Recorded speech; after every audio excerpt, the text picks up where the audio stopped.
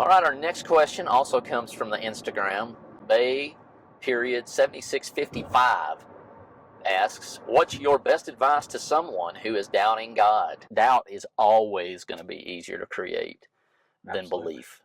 That's just the way nature works. I once saw Travis Harmon walk into a classroom full of Titus campers, at least convince half the room not to stand up on the truth that a person named Abraham Lincoln lived and existed, was the president of the United States. Now, everybody in that room believed that Abraham Lincoln existed, but they didn't believe enough to open their mouth and dispute Travis Harmon on that fact. And some of them that did, he even made them kind of question. So doubt's always going to be easier. That's always going to be a part of maturing. Satan is trying to sow those seeds of doubt anyway. He doesn't have to convince you that you need to do evil. He doesn't have to convince you that there is 100% emphatically no God. He doesn't have to convince you of that. He just has to create doubt. If he can create doubt, he can win.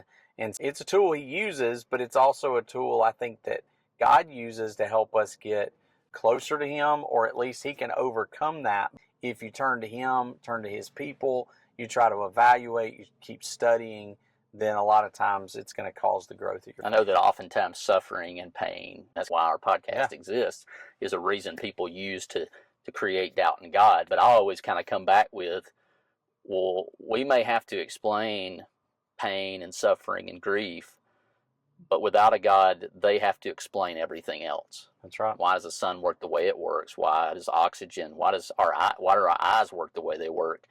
And so there's going to be doubt, there's going to be struggle, but the importance and the positive is that's just a part of it. That's a maturing thing. We ask questions that we may not have the answer to. We may get it later, we may not. But it's a trust and confidence that God's going to do what he says he's going to do. And it may look like how we think he's going to do it, and oftentimes it doesn't. Looks totally different. But that's what makes him God. So thank you for the question.